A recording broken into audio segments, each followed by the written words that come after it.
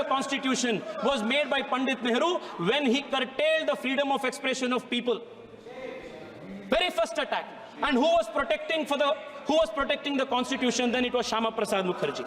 Speaker, sir, imposing emergency, suspending fundamental rights, arresting 1 lakh opposition leaders, forcible sterilization of 1 million people, imposing emergency. Speaker, sir, this is the legacy. This is what is attacking the constitution. Despite being banned, the RSS and the Jan Sangh fought to restore democracy in this country. This is protecting the constitution.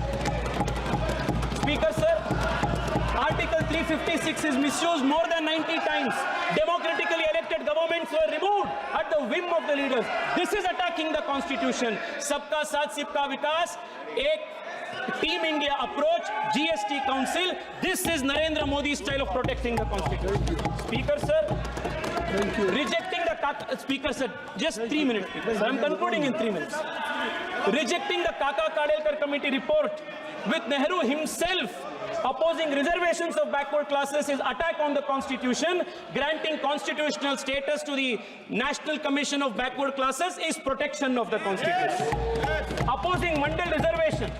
Well, Rajiv Gandhi made his longest speech. That is attacking the constitution, while introducing OBC reservations in NEET exam, Navodaya Vidyalaya, implementing EWS reservation is the protection of the constitution. Speaker sir, 2 minutes, please. Speaker sir, एक तो important विषय, 2 minutes. Speaker sir, perpetuating dynasty politics is an attack on the constitution, while the Prime Minister's vision of bringing 1 lakh new youth into politics is protection of the constitution. Thank you very much. Speaker sir, the Congress introduced the Waqf Act. You are the Speaker sir, you are the chairman of the Waqf JPC. You must give me a minute on this. Speaker sir, आप JPC के chairman हैं. Speaker sir, lot was spoken about secularism. What was the pervert brand of secularism that the Congress party thrusted on this country? A Muslim could be Muslim, a Christian could be Christian, but a Hindu had to be secular. Yes. This was the kind of one-way secularism that the Congress party introduced. Speaker sir, in Karnataka, the place called Anubhava Mantapa, which is Speaker sir, Anubhava Mantapa, the place of Basavanna, where Basavanna sold the principles of democracy, the philosophy of democracy, that is under Waqf occupation today because of the Congress party enabling legislation. Speaker sir, I only want to conclude by saying this. Speaker,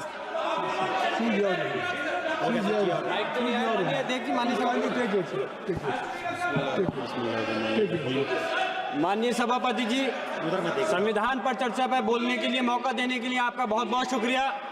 आज मैं यहाँ मजलूमों की आवाज़ बन करके खड़ा हूँ। उन करोड़ों भारतीय मुसलमान और अल्पसंख्यकों की जद्दोजहद और हक की बात करना चाहता हूँ।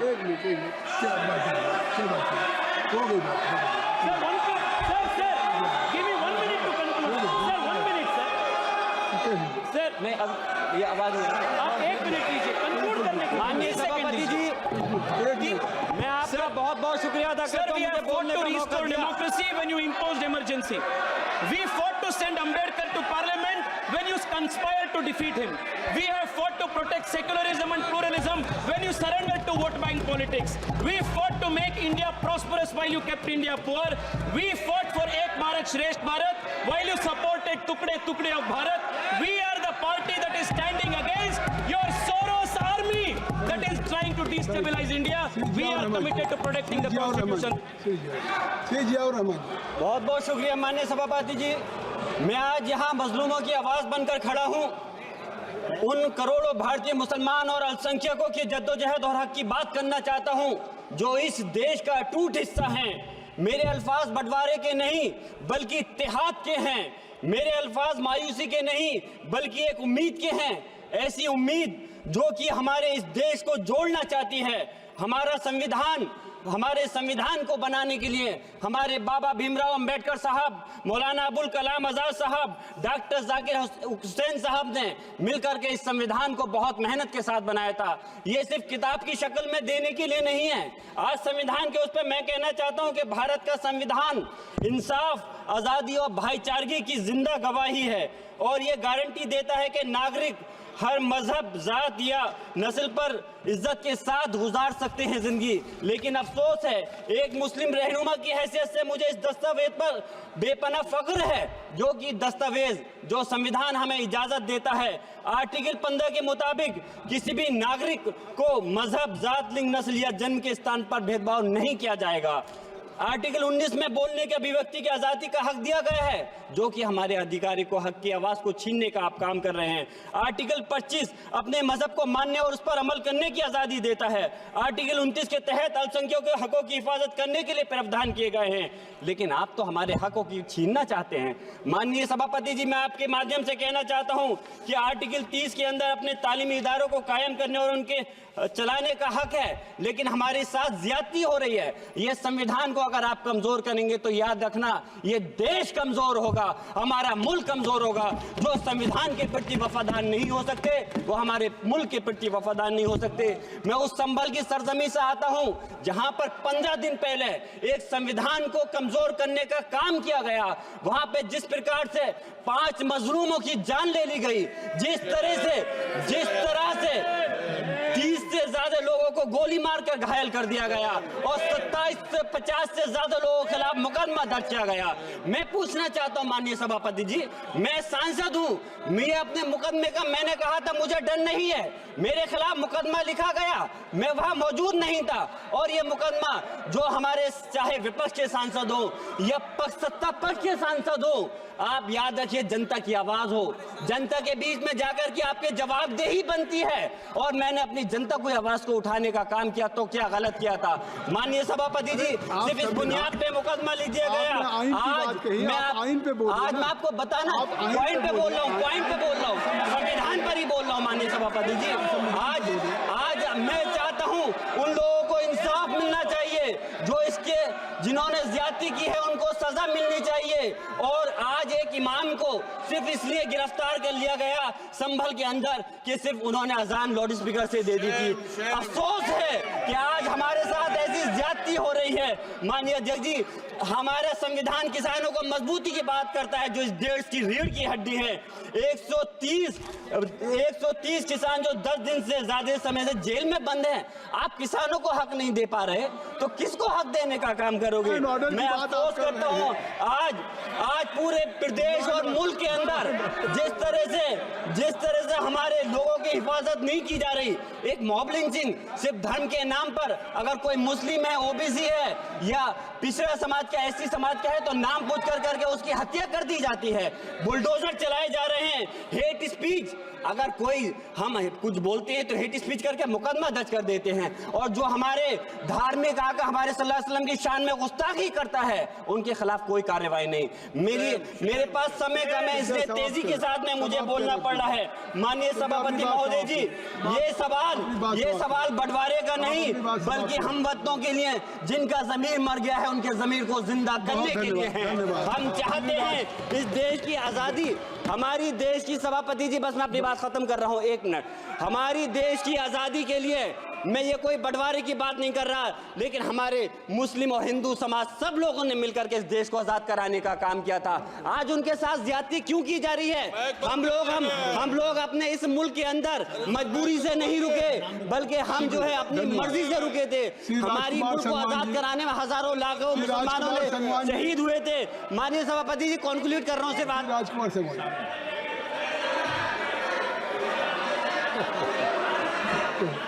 तो आप कंक्लूड करें ना। आप कंक्लूड कर ले। माइक माइक है आगे। शुक्रिया माननीय सभापति जी। डिम्पल माइक मैं आ एक गया। मुस्लिम और अल्पसंख्यक रहनुमा के तौर पर मैं अपनी बिरादरी के लिए खास हक के मुताबिक नहीं करता। मैं सिर्फ ये चाहता हूं कि आईना के बाद संविधान के मुताबिक हर नागरिक के लिए जो वादा किया गया उसे पूरा हो, हुकूमत से कमजोर की हिफाजत को यकीनी बनाए और नफरत फैलाने वालों को सजा दे। और मैं अपनी बात इस शेर के साथ खत्म करना चाहता हूं जो कि हबीब जालिब का शेर है। ऐसे जुल्म सुबह बेनूर को मैं नहीं मानता, मैं नहीं जानता, मैं भी खाइफ नहीं तख्ताए दार से, मैं भी मंसूर हूं कैदो अगयार से, क्यों डराते हो जिंदान की दीवार से, जुल्म की बात को जहल की रात को मैं नहीं मानता, मैं नहीं जानता। श्री राजकुमार संगवान जी, श्री राजकुमार संगवान जी। अध्यक्ष महोदय, मैं आज हमारे संविधान निर्माण के 75 वर्ष पूरे होने के अवसर पर इस सदन में हो रही चर्चा में शामिल होकर अपने विचार सदन के साथ साझा कर रहा हूं। अध्यक्ष महोदय, 26 नवंबर 1949 की तिथि भारतीय इतिहास में स्वर्ण अक्षरों में अंकित है। इस पावन दिवस को ही हमारे मूर्धन विद्वानों और पूर्वजों द्वारा अथक परिश्रम से आम सहमति से दुनिया का श्रेष्ठतम संविधान अंगीकृत, अधिनियमित और आत्मार्पित किया गया था। महोदय, मैं सदन का ध्यान हमारे संविधान की प्रस्तावना की ओर आकर्षण करना चाहता हूं, जिसका आरंभ हम भारत के लोग जैसे सर्व समावेशी शब्दों के साथ होता है। ये शब्द भारत के लोगों को भारत देश का भाग्य निर्माता मानते हैं। संविधान निर्माताओं ने भारत के लोगों की आकांक्षा और मंशा के अनुरूप भारत को एक सफल जनतंत्र एवं गणतंत्र बनाने में अपनी सक्रिय भूमिका का निर्वाह किया है। महोदय, हमारा संविधान केवल एक कानूनी दस्तावेज नहीं, यह भारत के लोगों की पवित्र इच्छाओं आकांक्षाओं का जीवंत और प्रगतिशील दस्तावेज है। अपने 75 वर्ष के सफर में भारतीय संविधान ने संविधान की प्रस्तावना में उल्लेखित उदात्त मूल्यों जैसे सामाजिक, आर्थिक, राजनीतिक न्याय, स्वतंत्रता तथा समानता की रक्षा तथा स्थापना में बहुत से कालजयी कार्य किए। हमारा संविधान देश के सभी वर्गों, महिलाओं, किसानों, वंचितों, दलितों एवं पिछड़ों के लिए सामाजिक, आर्थिक एवं राजनीतिक के साथ साथ व्यक्तिगत स्वतंत्रता को सुनिश्चित करता हुआ हमारे लिए पथ प्रदर्शन का कार्य कर रहा है। इसका श्रेय हमारे संविधान निर्माताओं को जाता है। स्वतंत्रता प्राप्ति के पश्चात संविधान के आदर्शों एवं मूल्यों के अनुरूप भारत के लोगों की खुशहाली एवं समृद्धि के लिए कार्य करने वाले राजनीतिक नेतृत्व ने उल्लेखनीय कदम उठाए हैं। मैं यहाँ भारत रत्न किसान मसीहा स्वर्गीय चौधरी चरण सिंह जी का उल्लेख करना चाहूँगा, जिनके नेतृत्व में उत्तर प्रदेश में जमींदारी उन्मूलन एवं भूमि सुधार कानून बनाया गया तथा सफलतापूर्वक लागू भी किया गया। इस कानून ने लाखों किसानों एवं मजदूर वर्ग को सामाजिक न्याय, आर्थिक क्षेत्र में न्याय उपलब्ध कराया तथा देश के समक्ष एक नजीर प्रस्तुत की। इसी क्रम में मैं रेखांकित करना चाहूँगा कि संविधान की प्रस्तावना में उल्लिखित न्याय, स्वतंत्रता तथा समानता की स्थापना में आदरणीय श्री नरेंद्र मोदी जी के नेतृत्व में हमारी सरकार समाज के सभी वर्गों, पिछड़ों, दलितों, आदिवासियों, महिलाओं और दिव्यांगजनों इत्यादि के लिए सफलतापूर्वक कार्य कर रही है। महोदय, मैं इसी के साथ एक बात जरूर साझा करना चाहूँगा। सदन में संविधान की पुस्तक लेकर आने वाले सम्मानित सदस्य जो कहते हैं कि संविधान खतरे में है, मुझे अपने जीवन की एक घटना मुझे याद है। सन 1975-76 में मैं 10वीं कक्षा का छात्र था। मेरी कक्षा के एक साथी की साइकिल चोरी हुई। हमने कॉलेज के प्राचार्य का घेराव किया, धरना दिया कि साइकिल बरामद होनी चाहिए। 4 दिन स्कूल बंद रहा। पुलिस मेरे घर गई, एक पीएसए का ट्रक और एक जीप, और मैं छोटा था, 10वीं क्लास का छात्र था। गांव से उठाकर थाने ले आई। मैंने पूछा मुझे क्यों लेकर आए हो? बोले कि इस समय आपातकाल लगा है और धरने, प्रदर्शन और किसी मांग को उठाने की आजादी नहीं है, इसलिए आपको उठाकर लेकर आए। पूरी रात थाने में रहा। अगले दिन मुझे छोड़ा गया, चेतावनी देकर छोड़ दिया। मैंने पूछा आपातकाल क्यों लगा है? पता चला कि गरीबी और महंगाई, भ्रष्टाचार की मांग को लेकर देश के तमाम लोग सड़कों पर थे और नारे लगाए जा रहे थे। मुझे आज भी याद है। और जब नारे लगाए जा रहे थे उस समय कहा था कांग्रेस सरकार ने कि हम गरीबी मिटाएंगे, भ्रष्टाचार, महंगाई खत्म करेंगे। वो चरम पर था। देश में भूखमरी, गरीबी, महंगाई वो चरम पर थी और नारे, देश की जनता सड़कों पर वो कह रही थी कि ये देखो इंदिरा का खेल, खा गई राशन, पी गई तेल। और वही समय था जब देश में इमरजेंसी के दौरान, आपातकाल के दौरान लाखों लोग जो बेगुनाह, जो जिनकी शादियां तक नहीं हुई थी, उनको जबरन पकड़कर उनकी नसबंदी करी गई। वो आपातकाल के दौर में इतने जुल्म और जाति उस कांग्रेस सरकार ने की। मैं महोदय मैं आपका ध्यान दिलाना चाहता हूं, जिस समय देश में इमरजेंसी लगी, आपातकाल लगा और तमाम नेताओं को जेल भेजा गया और जेल में भी नेताओं के साथ जुल्म और जाति की गई। बहुत से हमारे आदरणीय मुलायम सिंह यादव जी, आदरणीय हमारे लालू प्रसाद यादव जी, मैं इनका उल्लेख करना चाहूंगा, क्योंकि जेल में तो चौधरी चरण सिंह जी, मोरारजी देसाई जी, आडवाणी जी और चंद्रशेखर जी, राजनारायण जी जैसे तमाम बड़े नेता, रामविलास पासवान जी, तमाम बड़े नेताओं को जेल में भेजा गया। लेकिन आदरणीय मुलायम सिंह यादव जी और आदरणीय लालू प्रसाद यादव जी का मुझे इसलिए ध्यान है कि आदरणीय लालू प्रसाद यादव जी जेल में थे, मिसा में बंद थे, और उस समय आपातकाल में जब उनके ऊपर जुल्म और जाति जेल में की जा रही थी, उनके घर में एक पुत्री ने जन्म लिया। आज हमारे सदन की सम्मानित सदस्य है, इस सम्मानित सदस्य की मीसा जी, लालू प्रसाद यादव जी ने, कि वो आपातकाल याद रहे, अपनी बेटी का नाम मीसा रखा था, मीसा। आज वो हमारे सदन की सम्मानित सदस्य है, ताकि कांग्रेस के जुल्म और जाति की याद सदन में ताजा बनी रहे। और मैं मुलायम सिंह यादव जी का उल्लेख करना चाहूंगा, समाप्त करें। मैं मुलायम सिंह यादव जी का उल्लेख करना चाहूंगा आदरणीय महोदय, कि मुलायम सिंह यादव जी ने जो लोकतंत्र सेनानी थे, कांग्रेस का जुल्म जिन्होंने सहा, वो उस समय जेल में रहे। उन्होंने लोकतंत्र सेनानियों के लिए पेंशन, और जो लोकतंत्र सेनानी थे, जब उनका शरीर पूरा हो स्वर्गवास के दौरान उनकी अंतिम यात्रा राज के सम्मान से करने का शासनादेश जारी किया। मुझे नहीं पता आज वे लोग आज उधर क्यों बैठे, हमारे सम्मानित सदस्य, जो देश की प्रगति में नरेंद्र मोदी जी का योगदान है, जो देश के विकास में, जो देश को सशक्त बनाने में जो नरेंद्र मोदी जी का योगदान है। मैं तो चाहूंगा कि वो सम्मानित सदस्य वो ध्यान रखें, जिन्होंने जुल्म किया उनके साथ न बैठे। आदरणीय अखिलेश जी, आदरणीय उदय जी, आदरणीय धर्मेंद्र जी, धन्यवाद। आपको ध्यान रखना चाहिए, वो आप इधर बैठे जिन्होंने उस समय। श्री तोल तिरवा मावलान जी, श्री तोल திருமாவளவன். மாண்புமிகு அவைத் தலைவருக்கு வணக்கம். இந்த அரிய வாய்ப்பை எனக்கு வழங்கியமைக்காக என்னுடைய நன்றியை உரித்தாக்குகிறேன். அரசமைப்பு சட்டம் ஏற்கப்பட்டு 75 ஆண்டுகளை தொட்டிருக்கிற நிலையில் அதை கொண்டாடும் வகையிலே 2 நாட்களாக இந்த அவை புரட்சியாளர் அம்பேத்கர் அவர்களை போற்றிக் கொண்டிருக்கிறது. புரட்சியாளர் அம்பேத்கர் அவர்கள் 3 ஆண்டு காலம் அல்லும் பகலும் அயராது உழைத்து ஒரு புதிய இந்தியாவை, சமத்துவ இந்தியாவை கட்டமைப்பதற்காக இந்த நாட்டுக்கு ஒரு அருட்கொடையாக வழங்கிய சட்டம்தான் இந்திய அரசமைப்பு சட்டம்.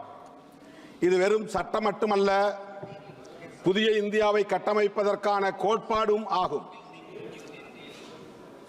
இந்திய அரசமைப்பு சட்டத்தின் முகப்புரை அதை விளக்குகிறது.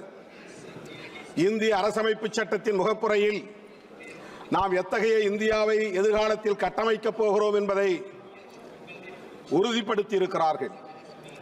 சோசலிசம், செக்யூலரிசம், புளூரலிசம் மற்றும் ஃபெடரலிசம் என்கிற இந்த 4 கோட்பாடுகளும் இந்திய அரசமைப்பு சட்டத்தின் அடிப்படை கூறுகளாகும். அவை மட்டுமின்றி நீதி, சுதந்திரம், சமத்துவம், சகோதரத்துவம் ஆகிய 4ம் புதிய இந்தியாவை கட்டமைப்பதற்கான தூண்களாகும். இவற்றை பாதுகாப்பதுதான் இன்றைய சவாலாக நம் முன்னால் இருக்கிறது. இங்கே உரையாற்றிய மாண்புமிகு உறுப்பினர்கள் பலரும் புரட்சியாளர் அம்பேத்கர் அவர்களின் பெருமைகளை பேசுகிற அதே வேளையில் அவரை எதிர்த்தது, அவருக்கு துரோகம் செய்தது நீயா நானா என்கிற வகையில்தான் விவாதங்கள் அரங்கேறிக் கொண்டிருக்கின்றன. எந்த அளவுக்கு இந்த 75 ஆண்டு காலத்தில் அரசமைப்பு சட்டத்தை நடைமுறைப்படுத்தி இருக்கிறோம், வெற்றிகரமாக அவற்றை நடைமுறைப்படுத்தி புதிய இந்தியாவை கட்டி எழுப்பியிருக்கிறோம் என்பது குறித்து உரையாடல்கள் இல்லை என்பது வேதனை அளிக்கிறது.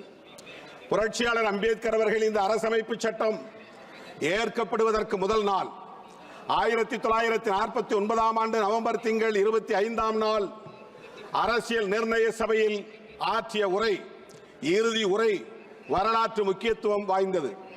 3 காலம் அரும்பாடுபட்டு உழைத்து உருவாக்கிய அந்த அரசமைப்பு சட்டம் குறித்த கவலையை அவர் வெளிப்படுத்துகிறார். வருகிற 1950 ஜனவரி 26 அன்று இந்த தேசம் ஒரு குடியரசாகிவிடும். அது மகிழ்ச்சி அளிக்கிறது. ஆனால் இந்த தேசத்தின் எதிர்காலத்தை எண்ணி நான் வேதனைப்படுகிறேன்.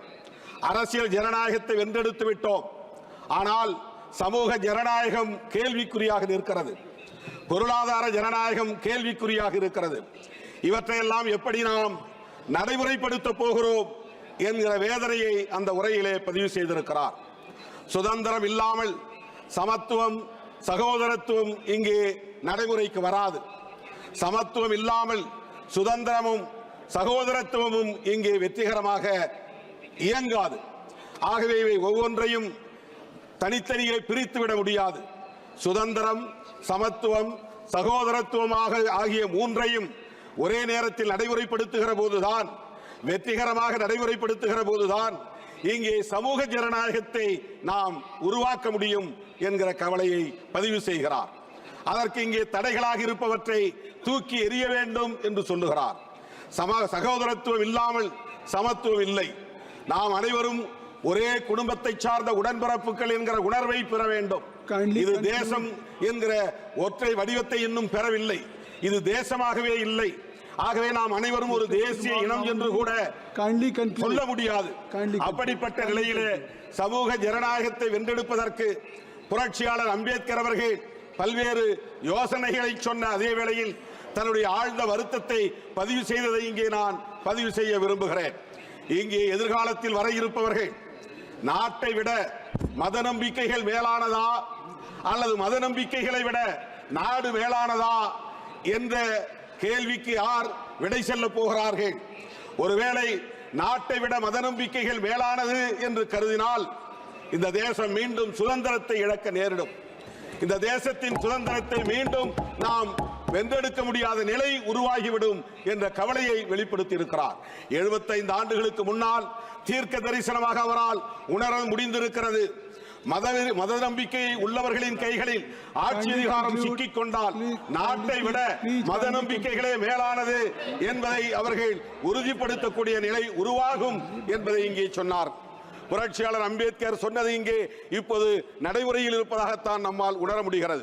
புரட்சியாளர் அம்பேத்கர் அவர்கள் வாழ்ந்த இடத்தை சர்வதேச நினைவகமாக மாற்றியிருக்கிறீர்கள். அவருடைய உடல் எரியூட்டப்பட்ட இடத்தை அங்கே 433 அடி உயர சிலையை நிறுவியிருக்கிறது உண்மைதான். அதை 26 திறக்கப் போகிறீர்கள். புரட்சியாளர் அம்பேத்கர் லண்டனில் வாழ்ந்த இடத்தை நினைவிடமாக மாற்றியிருக்கிறீர்கள். ஆனால் அவருடைய பெருமையை போற்றுகிற அதே வேளையில் அவர் உருவாக்கிய அரசமைப்பு சட்டத்தின் ஆன்மாவை தகர்க்கக்கூடிய ஜனநாயகத்தை தகர்க்கும். Already you have taken more than your time. Already you have taken more than your time. Please kindly conclude. Vijay Kumar Hasdak ji, please. Vijay Kumar. Sir, मैं बोलना आरंभ करता हूं और धन्यवाद देता हूं कि आपने मुझे कॉन्स्टिट्यूशन एडॉप्शन पे बोलने का मौका दिया। सर, इधर हूं। हो गई और I have already given more than 3 minutes more. Kindly conclude. Single minute. Kindly conclude. Sir, single minute. பொருளாதார அடிப்படையிலான இடஒதுக்கீட்டு முறையை இங்கே சட்டமாக்கி இருக்கிறீர்கள். இது அரசமைப்பு சட்டத்திற்கு எதிரான தாக்குதல். ஆனால் schedule cost, schedule tribes, OBC மக்களுக்கான இடஒதுக்கீட்டிற்கு சட்டம் இல்லை. श्री विजय कुमार जी, धन्यवाद चेयरमैन विजय सर। कुमार जी, मुझे आपने कॉन्स्टिट्यूशन एडॉप्शन पे बात करने के लिए मौका दिया मेरे पार्टी जेएमएम के तरफ से।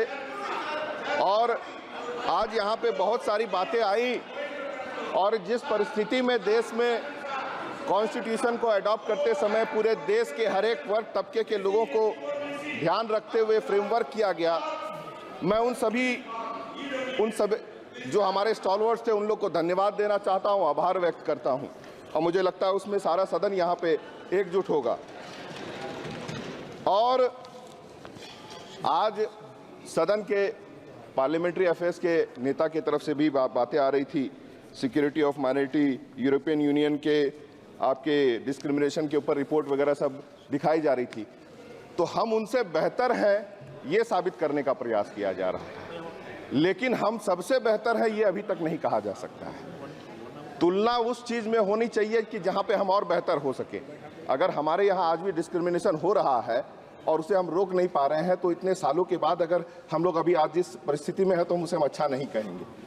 और मैं ये कह सकता हूं कि जो संविधान की तरफ से हमें अधिकार मिली है उसके माध्यम से आज ST SC OBC को जो आरक्षण के ऊपर जो भी बात आई, आज जिस तरह से प्राइवेटाइजेशन हो रहा है और इन सभी का हक जो है लगातार समाप्त किया जा रहा है, ये सोच हमारी कॉन्स्टिट्यूशन की बिल्कुल नहीं है, क्योंकि आप सीधे तरीके से रिजर्वेशन को खत्म नहीं कर पा रहे हैं, इसीलिए आप बैकडोर से ये तरीका अपना करके उसे खत्म कर रहे हैं। और हर बार हमने ये सवाल पूछा कि इसका असर क्या हो रहा है, कितने कंपनीज प्राइवेट होने के बाद उनमें कितने ST SC OBC को जगह मिल रहा है, उसका कोई जवाब अभी तक नहीं आया है। और यहाँ पे बात दोनों तरफ से आई कि भाई संविधान के को हम बेहतर तरीके से पूरे विश्व में अपने आप को किस तरह से दर्शाते हैं, वो पक्ष और विपक्ष सबको का अधिकार और हक रहता है। लेकिन सत्ता पक्ष के बड़े बड़े नेता झारखंड में जाकर के जिस तरह से बांग्लादेशी का राग अलापते हैं, हमारे यहां से बिजली चल जाए वहां तो ठीक है, हमारे लोगों का जमीन चल जाए वो ठीक है, वहां के हिंदू लोग को दिक्कत अगर कुछ हो रही है तो उस पर आप बोलेंगे, लेकिन झारखंड में जो है आपका जाकर के वहां के लोगों का जमीन हक अधिकार ले लीजिए। जो बिजली का वहां पे उपस्थिति व्यवस्था हमारे लिए होना चाहिए वो अभी तक नहीं हुई है, लेकिन उस जगह पे ये लोग कुछ नहीं बोलने जाएंगे। आज डाटा आपके पास है, चाहे कि भाई बाहर से कितने लोग आए, बॉर्डर का सुरक्षा किसका काम है कि बांग्लादेश से कोई बाहर आया, चाइना कितना भारत के अंदर घुस गया, इन सभी डाटा पे जो है आप हमेशा भेग रिपोर्ट देते हैं, कुछ नहीं हुआ वही बात करते हैं। लेकिन सदन में हमको लगता है जितने सदस्य बैठे हुए हैं सबके पास इसका रिपोर्ट कहीं ना कहीं से आते रहता है, और सिर्फ वहां पे जाके भ्रामक स्थिति पैदा करने के लिए जिस तरह से सदन के बड़े बड़े प्रधानमंत्री, रक्षा मंत्री और बाद बाकी जितने उस समय इलेक्शन के समय गए और इतने जोर जोर से बोले, लेकिन वहां का रिपोर्ट ये कहता है कि बाहर के लोग कोई है। तो इस तरह की जो व्यवस्था आप लोग बना रहे हैं वो सिर्फ और सिर्फ संविधान के उन सभी व्यवस्थाओं का दुरुपयोग लगातार आप कर रहे हैं। आज हमारे वहां के मुख्यमंत्री हेमंत सोरेन जी को 5 महीना आप लोगों ने जेल भेजा, यही संस्थान का दुरुपयोग करते हुए 5 महीना उन्हें जेल के अंदर भेजा गया। आप ये कह रहे हैं कि इमरजेंसी के समय में क्या हुआ, इमरजेंसी वाली स्थिति आप लोग अभी बना के रखे हुए हैं, इमरजेंसी की स्थिति आप लोग अभी बना के रखे हुए हैं। और मैं ये कहूंगा कि देश हमारा या हमारे जो नेता यहां कुछ बोलते हैं वो पूरे विश्व में उसका जो है चेहरा दिखता है। हमारे देश का एक चेहरा ये भी निखर करके आया है कि सबसे ज्यादा झूठ बोलने वाले नेता भारत के देश में ही रहते हैं। हमारे यहाँ इलेक्शन के दौरान, हमारे यहाँ इलेक्शन, सर एक मिनट लूंगा सर, हमारे यहाँ इलेक्शन के दौरान इन्होंने घोषणा की कि महिलाओं को गोगो दीदी योजना के माध्यम से 2100 रुपया देंगे और उसके लिए फॉर्म भी भरवाया। और मैं ये कहना चाहता हूं कि सिर्फ झारखंड की महिलाओं के लिए क्यों, पूरे देश के महिलाओं को आप दीजिए ना, पूरे देश के महिलाओं को आप दीजिए। झूठ बोलना इलेक्शन के समय में ये एजेंडा बन गया है, और जहां इनकी सरकार नहीं रहे ईडी, इनकम टैक्स और सीबीआई को इस्तेमाल करना, ये सब कॉन्स्टिट्यूशन का दुरुपयोग लगातार हो रहा है, और इससे कोई हमारा अच्छा चेहरा जो है पूरे विश्व में नहीं बन रहा है। यही मैं कहना चाहता हूं कि ये काम दोनों को मिल करके अगर करना है तो दोनों तरफ से होना चाहिए। श्री राहुल गांधी।